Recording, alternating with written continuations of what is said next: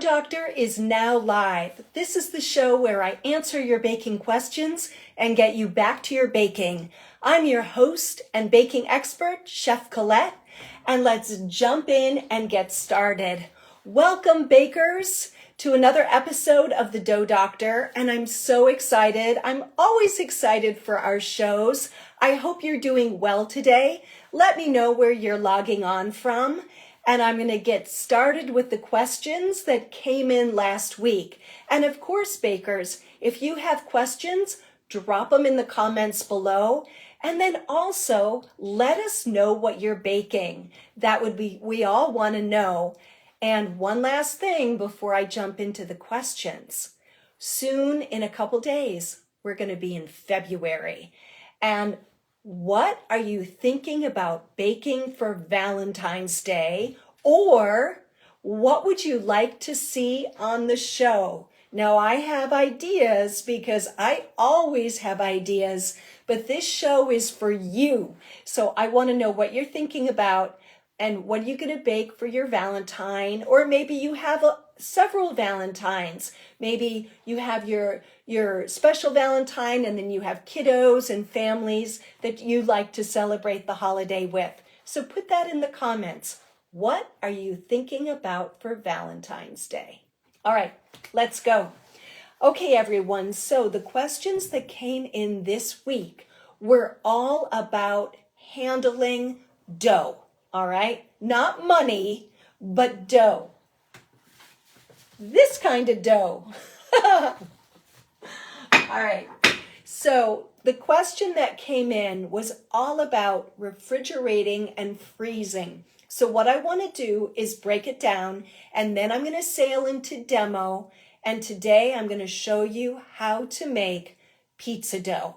We're going to continue our series of hydration levels in yeasted doughs to keep making beautiful breads. Oh, and if you made the bagels, if you made the breadsticks, please let me know in the comments below. I did get tagged some photos. As a matter of fact, Chef Daniel, one of our viewers, he was in the audience all the time.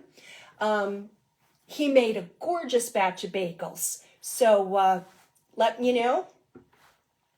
Drop in the comments if you made the bagels or the breadsticks.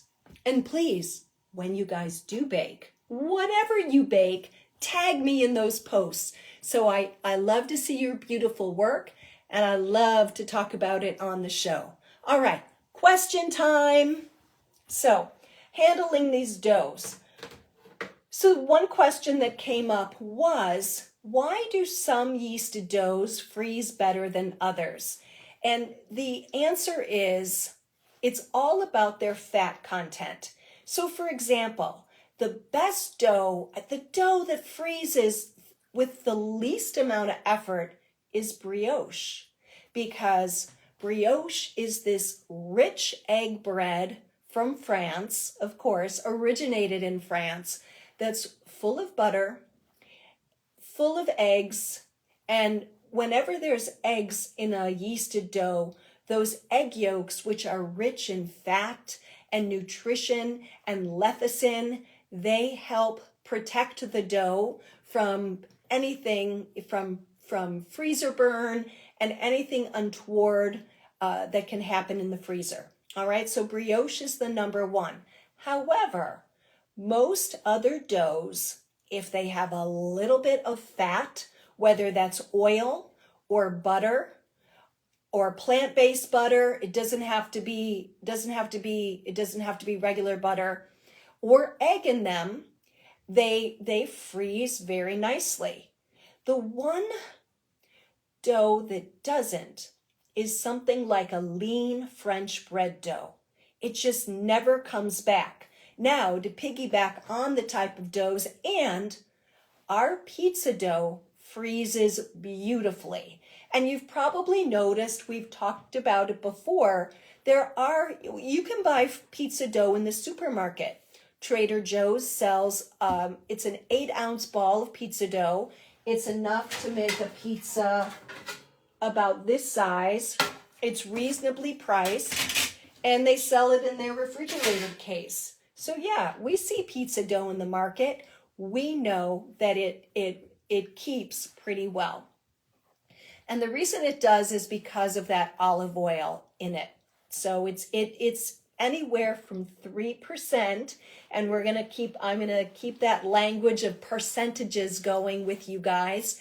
It's anywhere from 3 to 6% of the flour, all right, of that baker's percent. All right. So when I see questions coming in, oh yay, BB Cab made the breadsticks. Awesome. Awesome. And then TR Crawford, the recipes from the show, they end up on my website at bakingwithcolette.com, and you'll find them under recipes and blog posts. So that's where you'll find the recipes.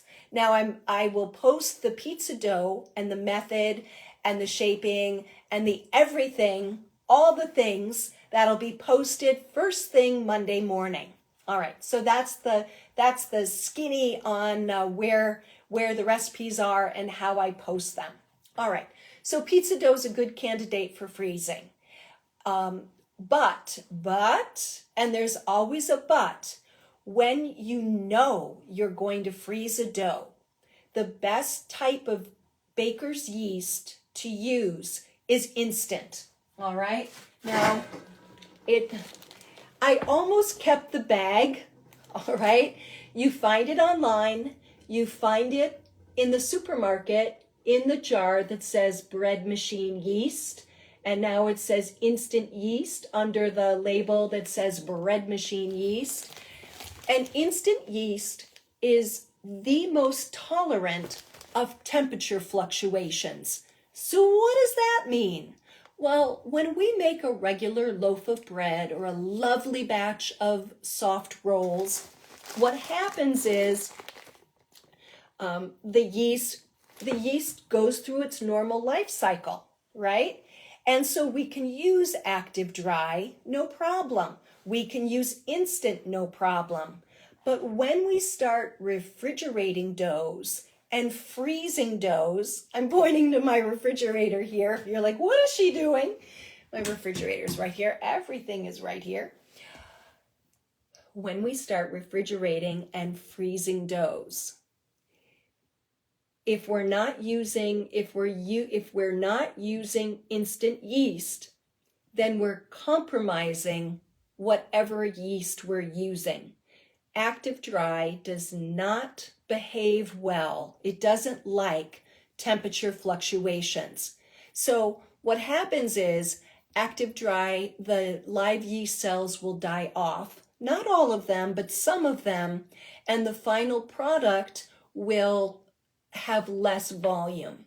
Now in a pizza dough, this isn't a big deal, but it can be a big deal in other doughs, especially if we're looking for, really nice, beautiful volume in our finished product. So instant yeast. Plus, it's usually, especially online, it's sold by the pound. So you end up with some in the freezer. And if you're baking bread all the time, this is my process. I have a small jar in my pantry, and then the rest of it in a Ziploc bag that I store in the freezer. And when this is done, I just top it off with the yeast that's in the freezer. Now you guys have heard me say this before, I bake all my own bread. I never buy bread.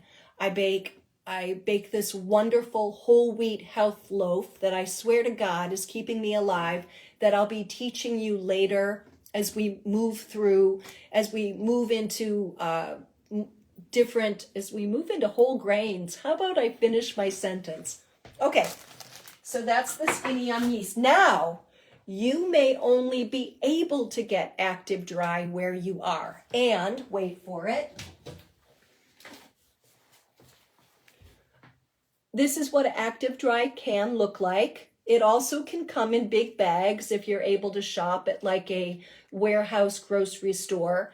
So if you're using active dry, you absolutely can, and I will write the recipes with active dry as well as instant. But I know you want to bake your best, So you can go on Amazon, kingarthurflour.com, and order yourself a pound of instant yeast, and it's going to last a while. Because even with my baking all my own bread, blah, blah, blah, I would say about 8 months. I go through about a pound of yeast in 8 months. And testing recipes and. All right. So that's optimum, and I wanted to share that with you guys. All right.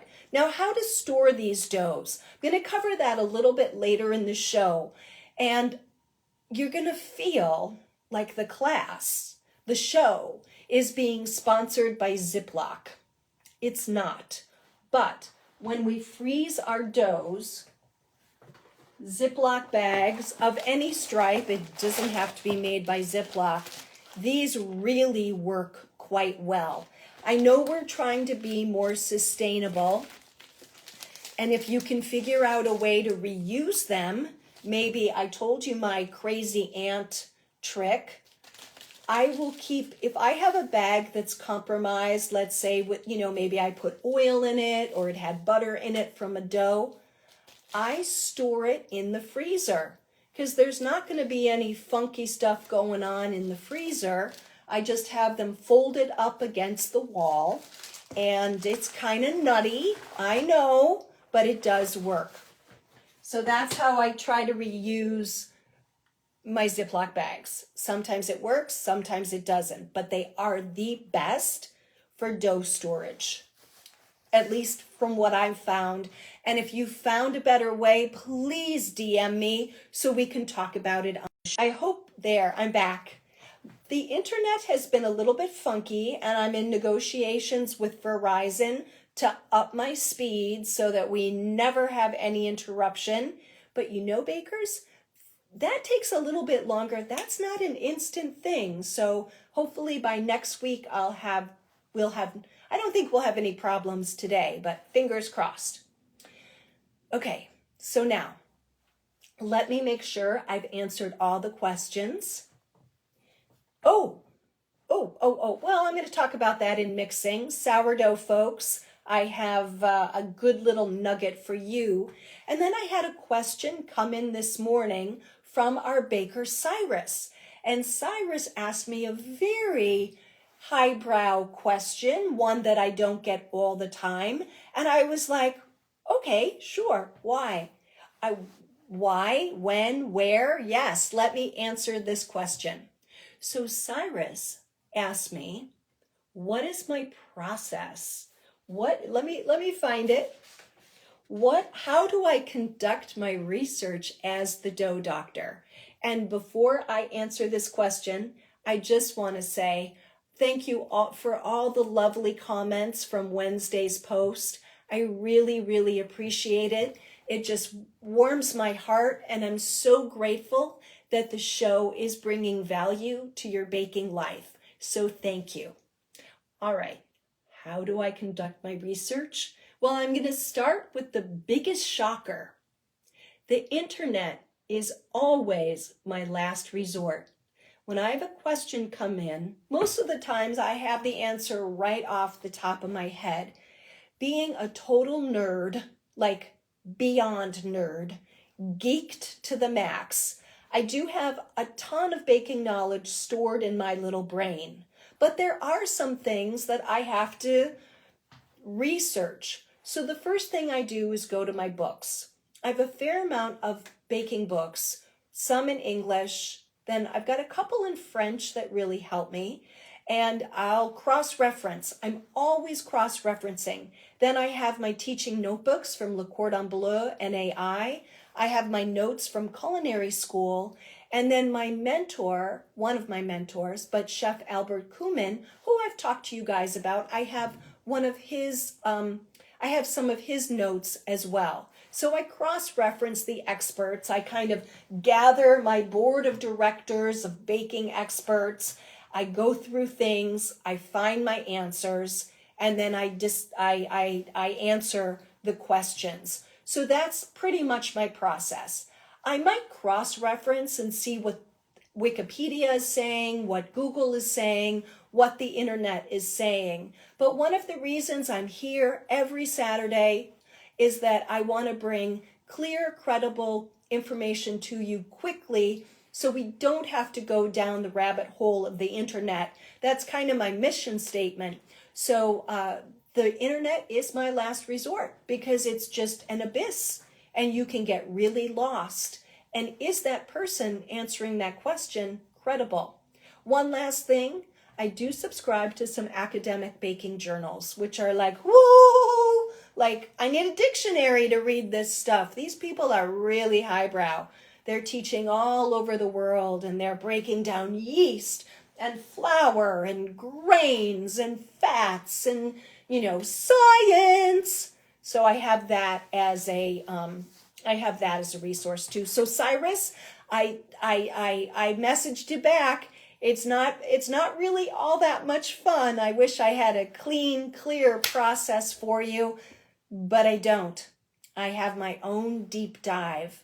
Sometimes I need Google Translate for, and the French book that I reference, full disclosure bakers, is a book called Le Goût de Pain by Raymond Clavel. And I know that my professor, Raymond Clavel, I know my breadheads in the audience will be like, ooh, yeah, I know that one. You might know that one.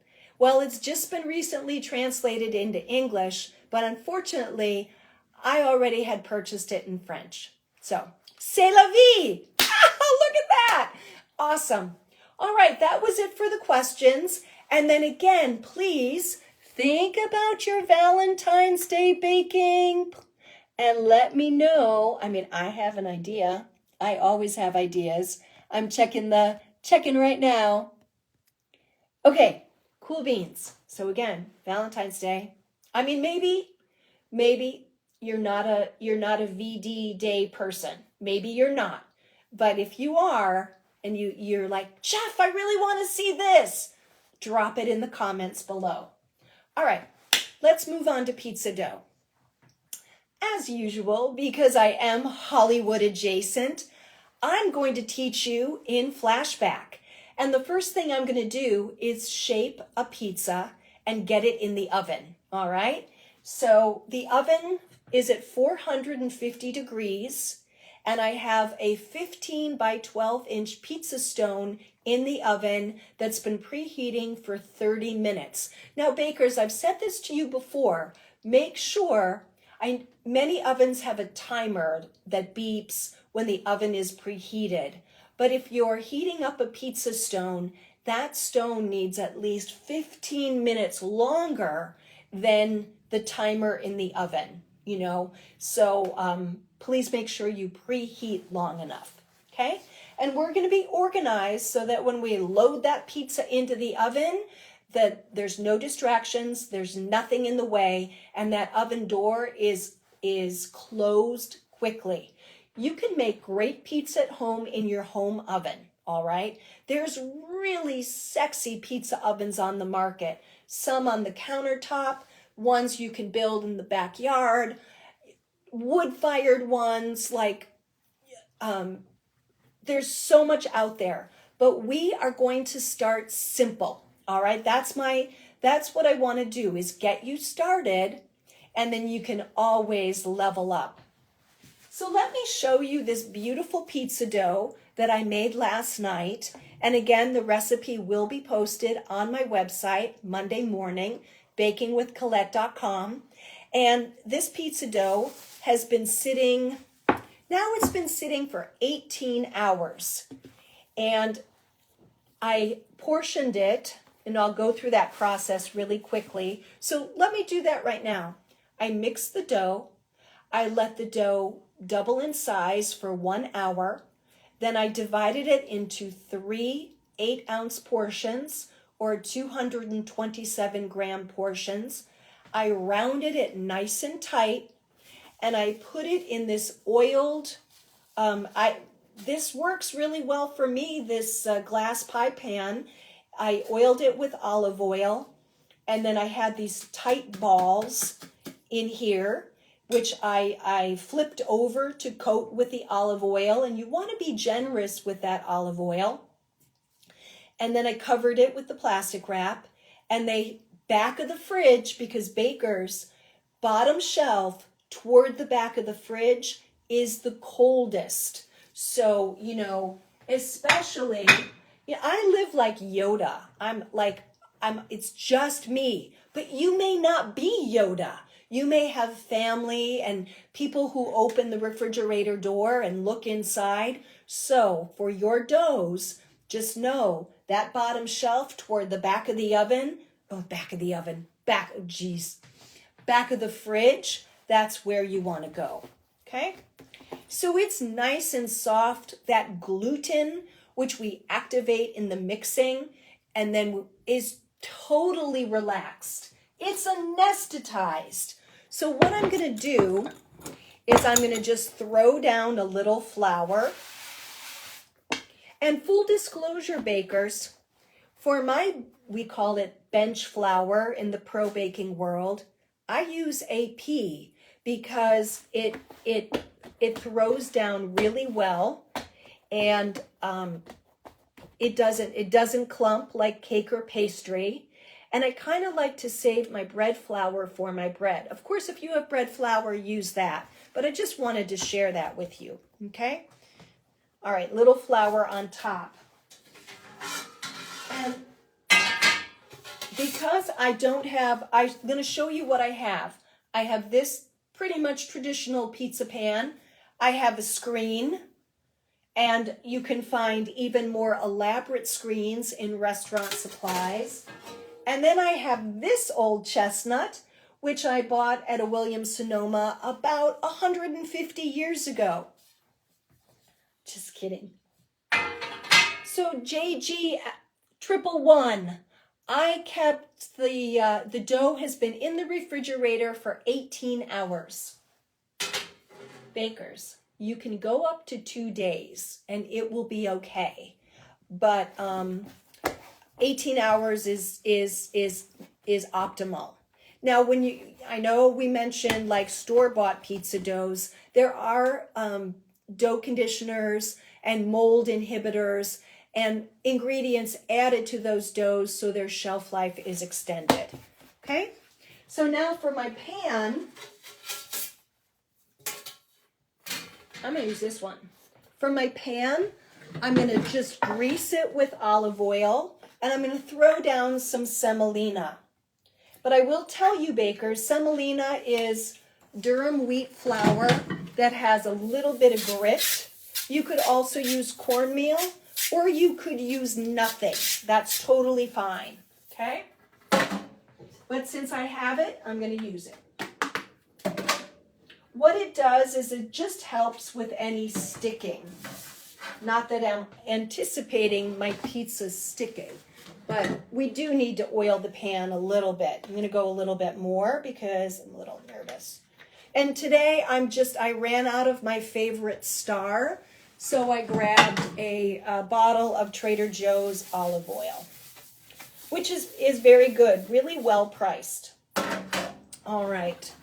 So now it's super relaxed, and you can shape it. Look, there's no pizza police. And when you see people throwing pizza dough, they have been doing this for a long time. Do you know how long it takes to really train to be able to do that? It's a minimum of 6 months. And I heard that in an interview with, Daniel Boulud, the super mega chef from New York.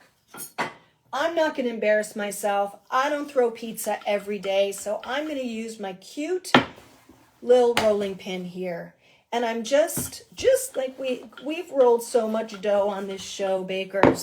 You guys know. You're like, yeah, we know. So I might stretch it a little bit, but I'm going to give it a head start here. And one thing I like about rolling dough out is we don't get thin spots. Whoops. Okay. So I got it started with my rolling pin. And I do actually, full disclosure, I have a little hole, so I'm pinching that. And then I'm just going to press it out a little bit. And a lot of times we have a lip on the pizza, and I think my absolutely wonderful sister-in-law, Leo, is in the audience. So she will correct my Italian. But I do believe the Italian word for the edge of the pizza is the cornicione. So I'm just sort of forming that. I'm going to throw it on the tray here. And I'm just going to press it out. Now again, I'm giving you the technique. You can get as creative as you want. Look at how relaxed it is. It's just stretching out beautifully. We want it even. This is a pretty big pan, so I'm going to stop right here. And you can finesse your cornicione if you're like all into it. And sometimes pizza dough experts they'll work it over their hands. It's almost like a kitten kneading, you know, when kittens kind of like knead their mom. That's K-N-E-A-D. And then on the website, I'll put a recipe for a simple pizza sauce. But bakers, you can use a jarred marinara. No one will care. But the thing is, with sauce, we want to use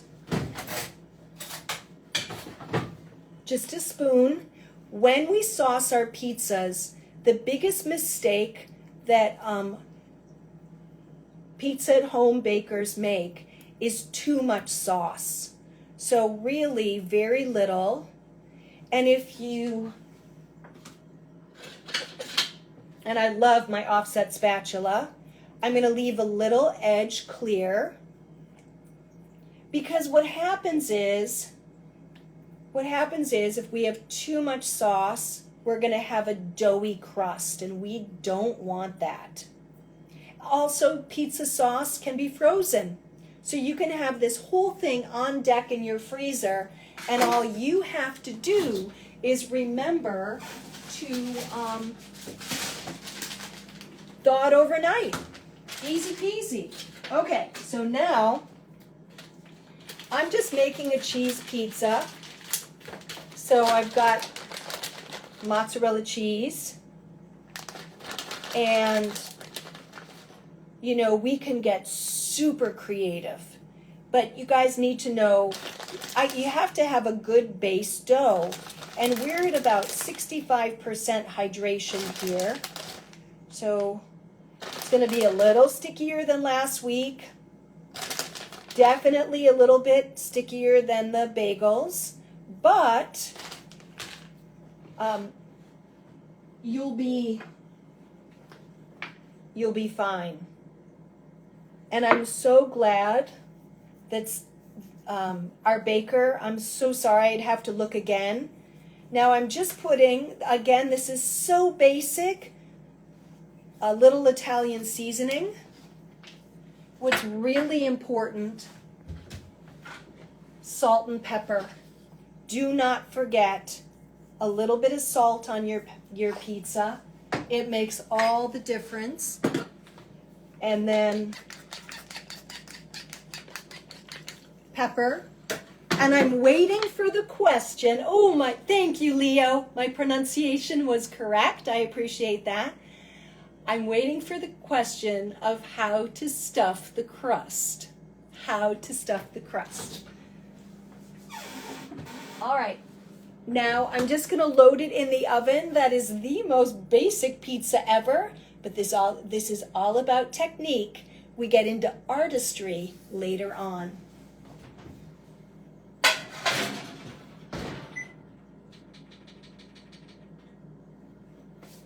That should be ready in about 9 minutes. And then when it comes out of the oven, the show may be over because I don't want to keep you, but I will post photos, of course, on the website. The really sexy thing to do with your pizza is when it comes out of the oven, have a brush and a little olive oil handy and hit the rim of that pizza, that beautiful golden brown crust with a brush of olive oil, and it'll just pop, it'll just shine, it'll be gorgeous. One of my first really serious baking jobs was way back when I worked at Il Fornaio Bakery, and we had a wonderful lead baker, Franco. He was amazing, and everything was super authentic, super cool. I loved every minute of it. Almost delivered my son in that kitchen because I didn't want to leave. And that's where I learned to brush the edge while it's piping hot with some olive oil. Oh, and then Judah, I've got one of my bakers, DoughDr, I'm sorry, I'm mispronouncing. Why wouldn't I put the dough directly onto the stone? I could, and the way I would do that is I would shape it onto a square of parchment paper, but the reason I didn't, I'm keeping it really simple. So if you did, you'd take a square of parchment paper, a little bit larger than the pizza dough, and you would need either the back of a baking tray or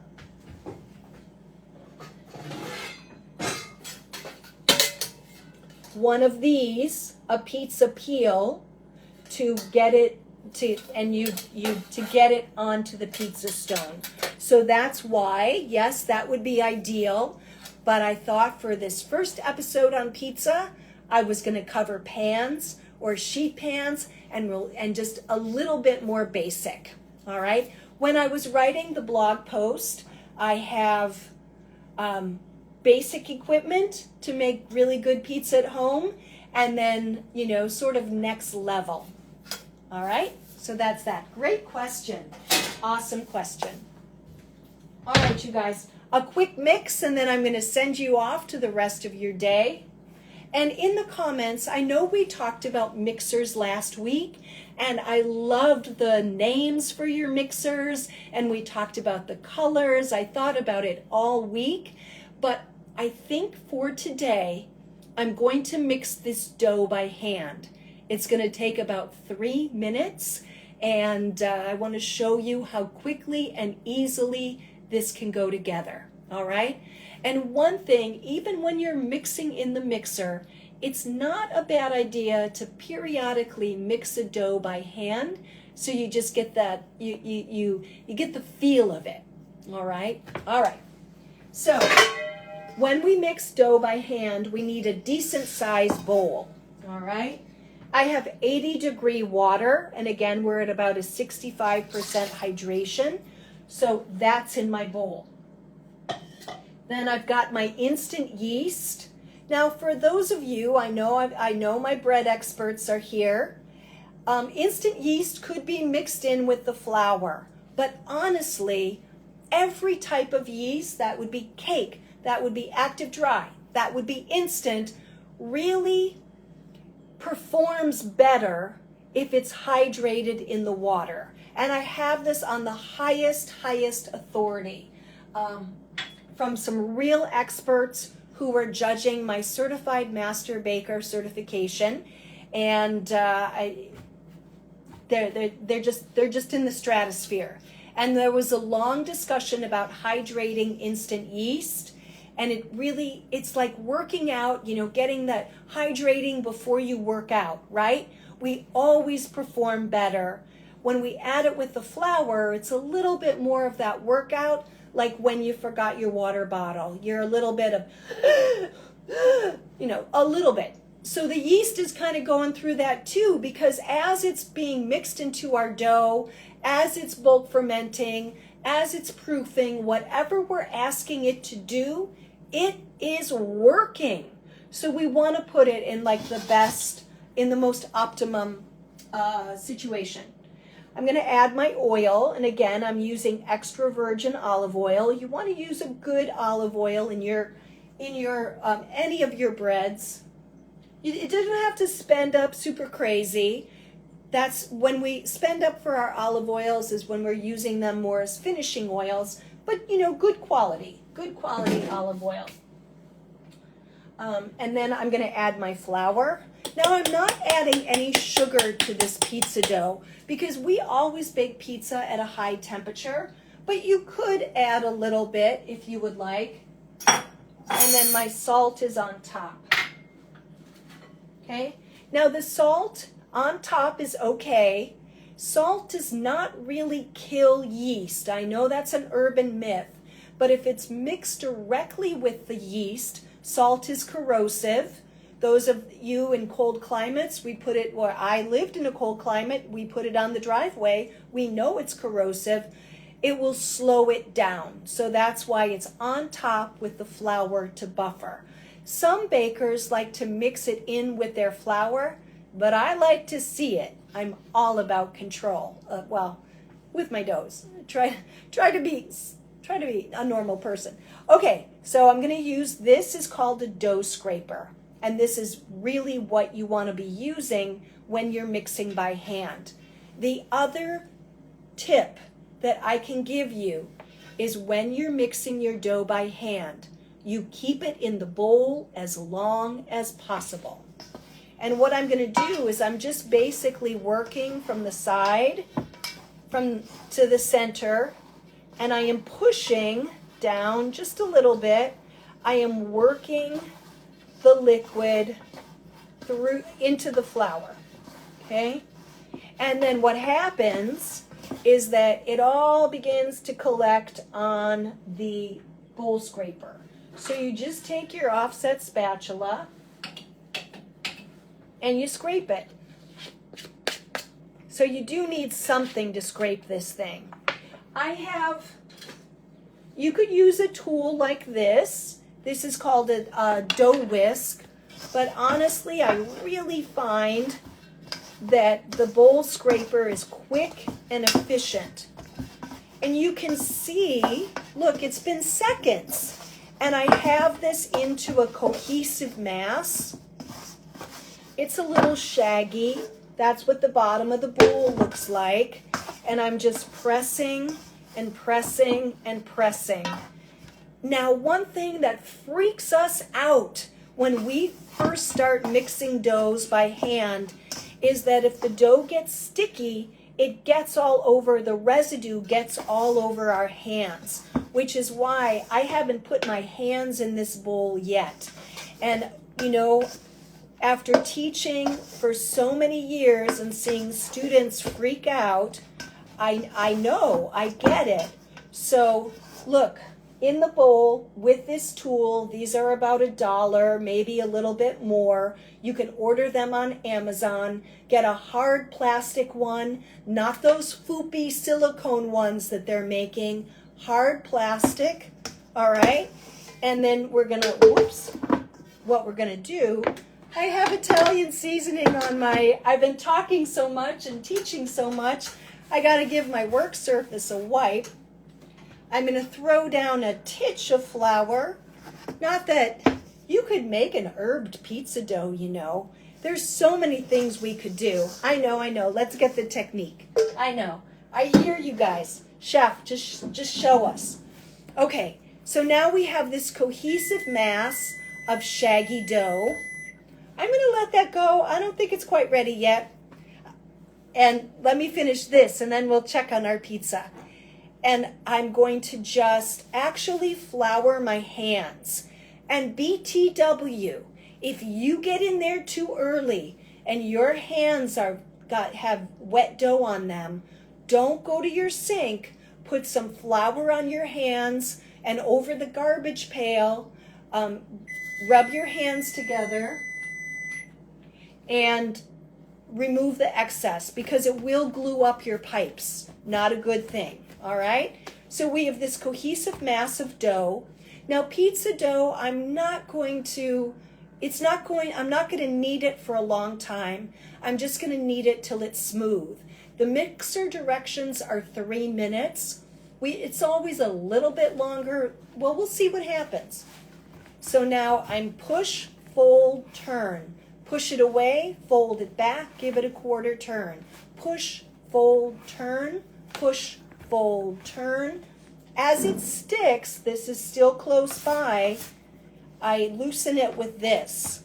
I really don't want to add flour because when we add flour, our dough gets heavy, which is why you notice we work with recipes that have a finite amount of flour. We don't tinkle in flour because that is just a slippery slope, and I am just flouring my hands. Maybe a little bit, just a dusting, okay? Push, fold, turn. Push, fold, turn. Push, fold, turn. Push, fold, turn. It's looking good, but now we're going to take it to 102, kneading 102. So this push, fold, turn, you're going to get comfortable with this pretty quickly. But then what you're going to do is you're going to go right, left, right, left, right, left. Or if you're left-handed, you'll go left, right, left, right. And I used to always say, this reminds me of Rock'em Sock'em Robots. Remember that kids game? I think I've said that on the show. So look, bakers, it's smoothing out, but it's still a little bumpy. So about another minute. Yeah, it's sticky.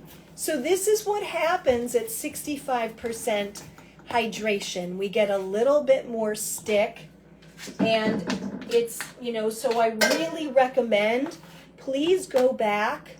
If you're baking along and you got busy, which we're all busy, go back and bake a batch of bagels or those breadsticks just to start feeling the levels so that as we level up, you're used to it. Okay? So I'm almost done here. It's relatively quick. And yes, it is a little bit on the sticky side, but what's the test? See, this is why you're here, because you'll look at a book and they won't tell you, or they won't necessarily tell you on the internet. But when do you know your dough is too sticky? When you put your hand on it, you lift it up and there's a ton of residue. If there's a little residue, no problem. That's what our bench flour is for. But if there's a ton, if it's super sticky and looks wet, well, then we have to reevaluate either our scale or the formula. That's why we weigh everything too, because it's so much more, it's so accurate. There's no guessing.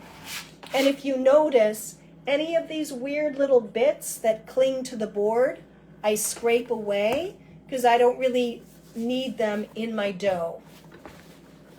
And I'm going to show you what I scraped away because I don't want you to think that I scraped away a ton. This is so relaxing. It's like once it comes together, it's like a meditation. So let's review. Kneading 101, little flour down, push, fold, turn, push, fold, quarter turn, push, fold, quarter turn, push, fold, quarter turn. When you get your mojo, you're using the heel of your hand and cupping that dough.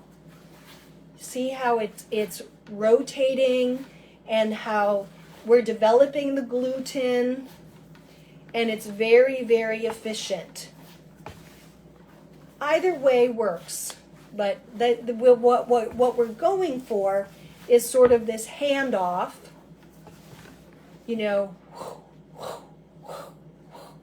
all right? Then, when it's ready, you're going to put it, when it's nice and smooth, and you kind of poke it, and it springs back a little bit, not a ton, because it's a little bit more hydration, but it'll pop back a little bit. Then, it's going to go in an oiled bowl, an olive oiled bowl, and it's going to sit for an hour just to let the yeast wake up and for the dough to hydrate a little bit. Now, there are recipes that have you shape right away, but I think if we want sort of a regular pizza, it's better with a little bit more open crumb structure inside crust, then I recommend letting it bulk ferment. If you're looking for a nice thin crackery crust Then, oh yeah, thank you. Then I would let it bulk ferment. I didn't burn the pizza. And then pistol packing mama, oh my goodness, I saw your comment. We'll discuss in just a moment. That's amazing. She has an amazing pizza dough story for us. All right, bakers, we're almost done.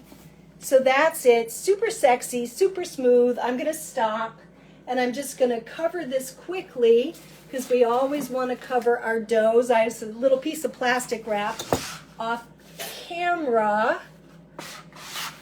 And let me just show you the pizza. The top, the cheese got a little bit brown because I was talking. Thank you, DoughDr, for letting me know, for reminding me about the pizza. But it's a nice lunch pizza. It's pretty good. And I'm going to show you this, you guys, for the very last thing.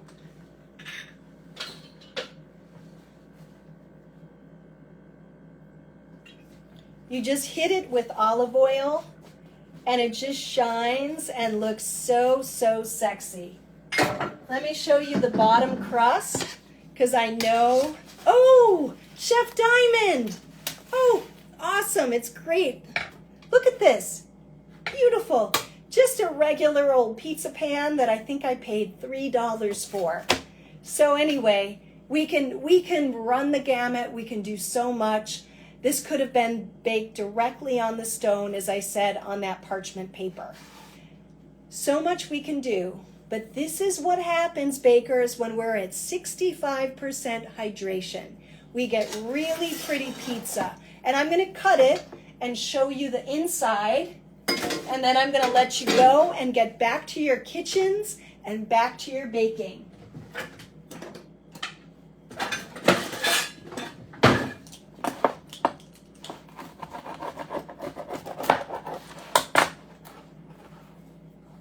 Not too bad. I think that looks pretty good. So see, we've got some air holes. We've got some nice holes because we went up to 65% hydration. So the one thing I want to tell you, or one thing I wanted to ask you guys, to keep on our theme of hydration levels with hydration levels in yeasted doughs, would you like to make a small batch of croissant next week for Valentine's Day?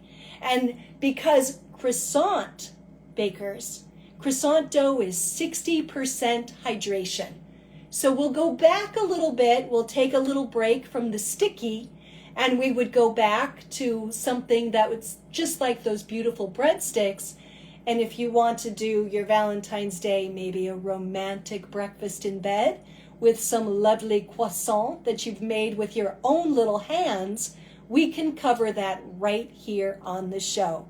So put that in the comments or message me. Ooh, JGF triple, yes. Emerald Cupcake says yes. JGF triple one says yes. Well, that's 2 out of 2. And however many, I've got some hearts. So, yep. Yep, Andrea says yes. Lots of hearts coming up. I love it. Thank you so much. Well, that's what we'll do next week. We'll do a small, sexy batch of croissants. BB Cab. You've got BB Cab was my breadstick maker. You guys, thank you so much for joining me. And PLZ, you got it. Some lovely croissants for maybe, it's on a Tuesday, so maybe a Valentine's breakfast is the way to go. Bakers, as always, from the bottom of my heart, thank you for joining me today on the DoughDr. I look forward to seeing you here next week at noon Pacific. Take care. Bye. Any questions? Let me know.